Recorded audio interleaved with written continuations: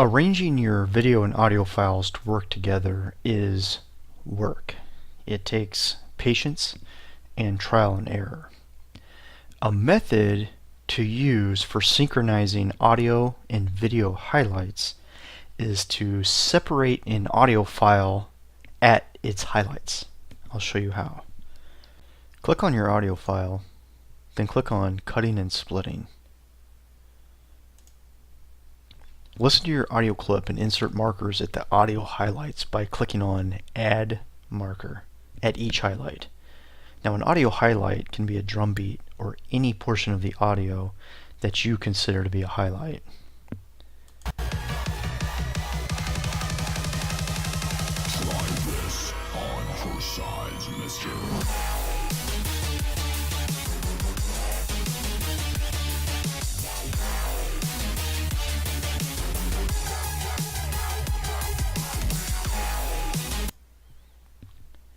Markers can be fine-tuned by holding your left mouse button on the marker, moving your mouse, and then release to place.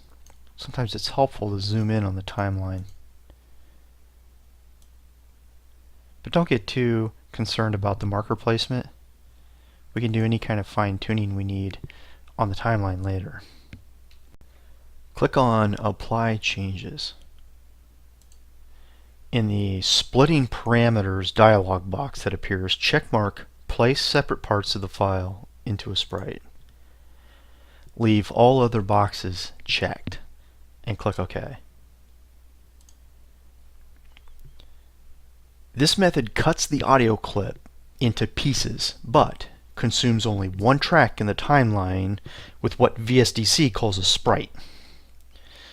Double-click on the sprite, or click on the sprite, and then click on the Sprite tab in the center of the screen. This is the Object Properties tab. Here we can see all of our audio clip sections.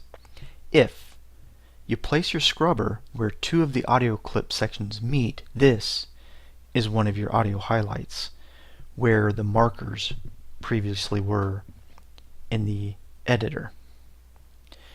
Right-click on one of the audio segments and choose Move Cursor to Begin or Move Cursor to End, depending on which end of the audio segment you want your cursor to be. Click on the Scene tab. The scrubber remains at the audio highlight.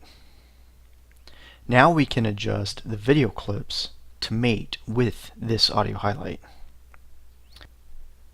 You can place the beginning of your video clip at the audio highlight or any specific scene of the video clip at the audio highlight. To select multiple video clips, hold the Control key while left-clicking on the clips you want to move. Hold the left mouse button on any of the selected clips and move your mouse. Release the mouse button to place. The seam between these two video clips is now at an audio highlight. I'm going to preview my project.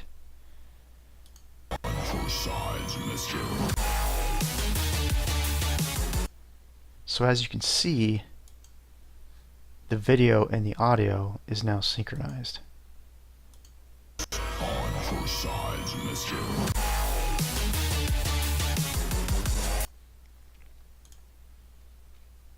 I'm going to undo these actions to show you an alternative way to approach this.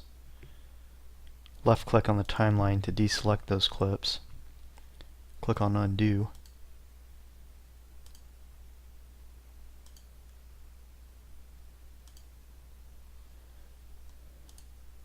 Double-click the sprite. Right-click on my audio segment and move the cursor to the beginning to that particular audio highlight. Click on the Scene tab.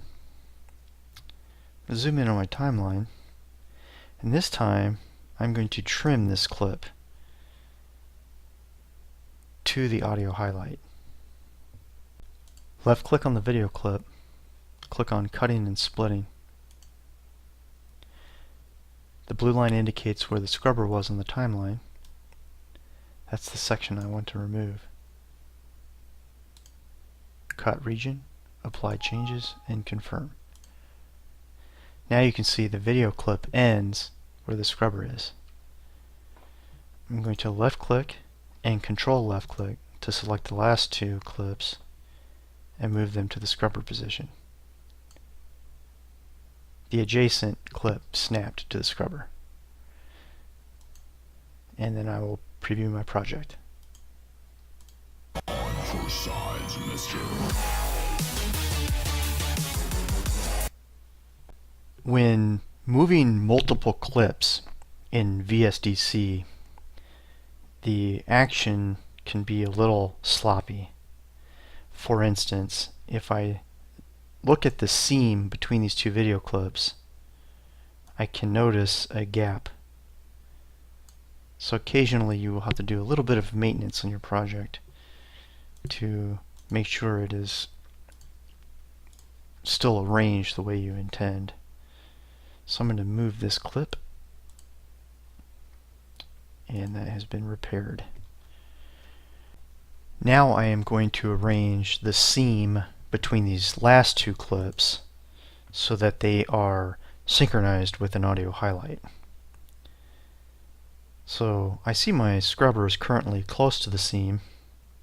Double click on the sprite. Here is an audio segment.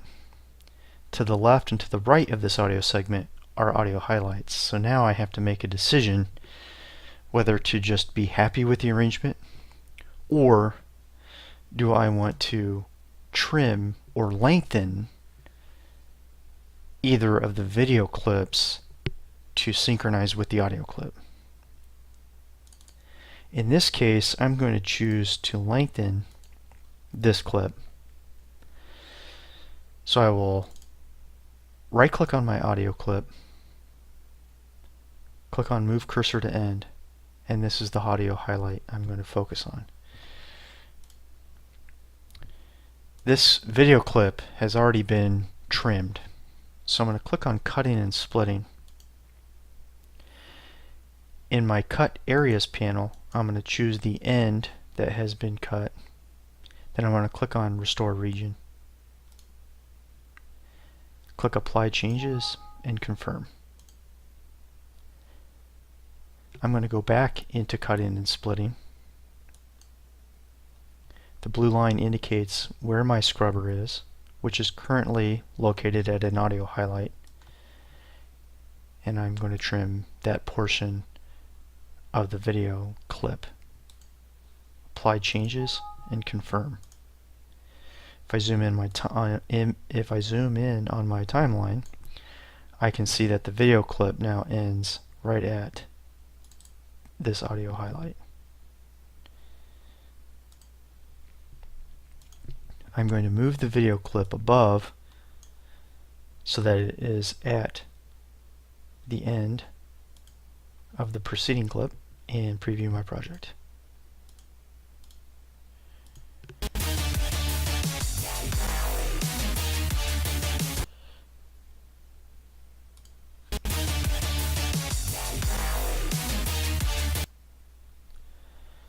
That appears to be off slightly.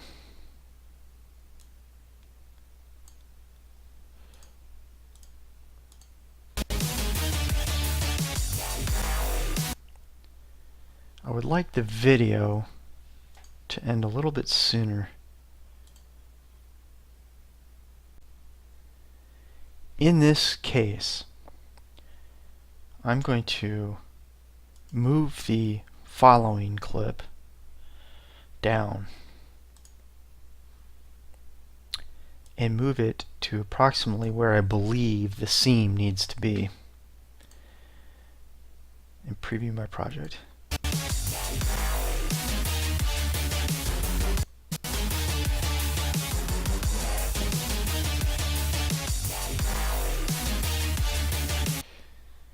I believe that's better. Now I could leave this arrangement, or I could go ahead and trim the video clip. I will trim the video clip. Move the cursor to beginning, cutting and splitting, cut region, apply and confirm. I'll move this clip back to the top just to keep my project organized. Mister.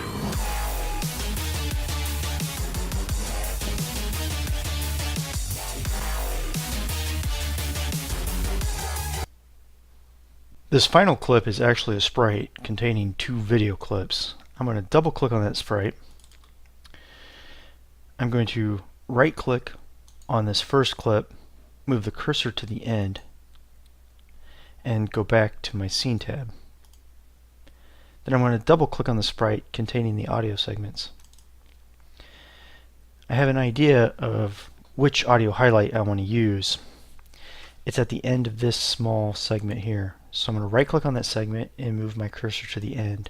To position the cursor, add an audio highlight. I'm going to go back to the scene tab and double click on the sprite. I'm going to move this clip at the right. I'm going to move it to begin at the cursor position. Now don't forget, if you make the objects in your sprite longer than your sprite, you have to manually lengthen the end of your sprite by moving this gray-white arrow.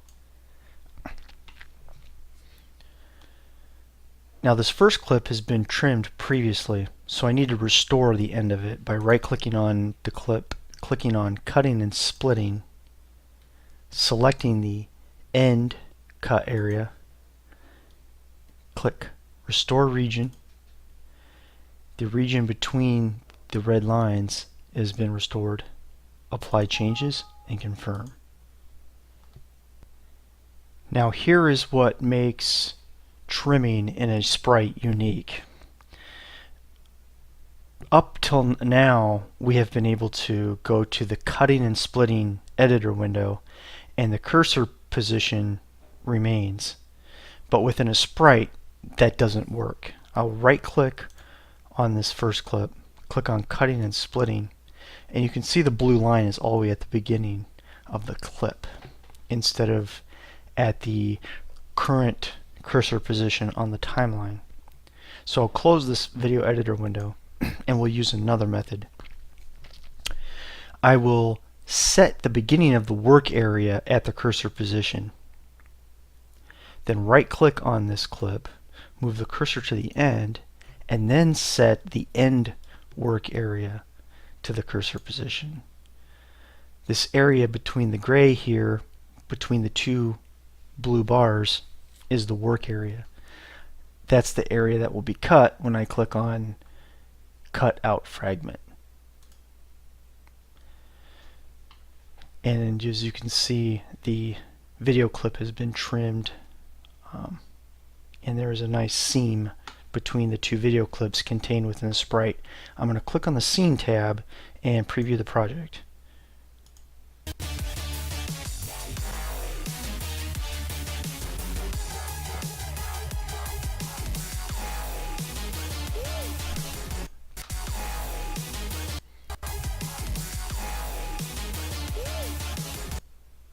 And I am happy with that.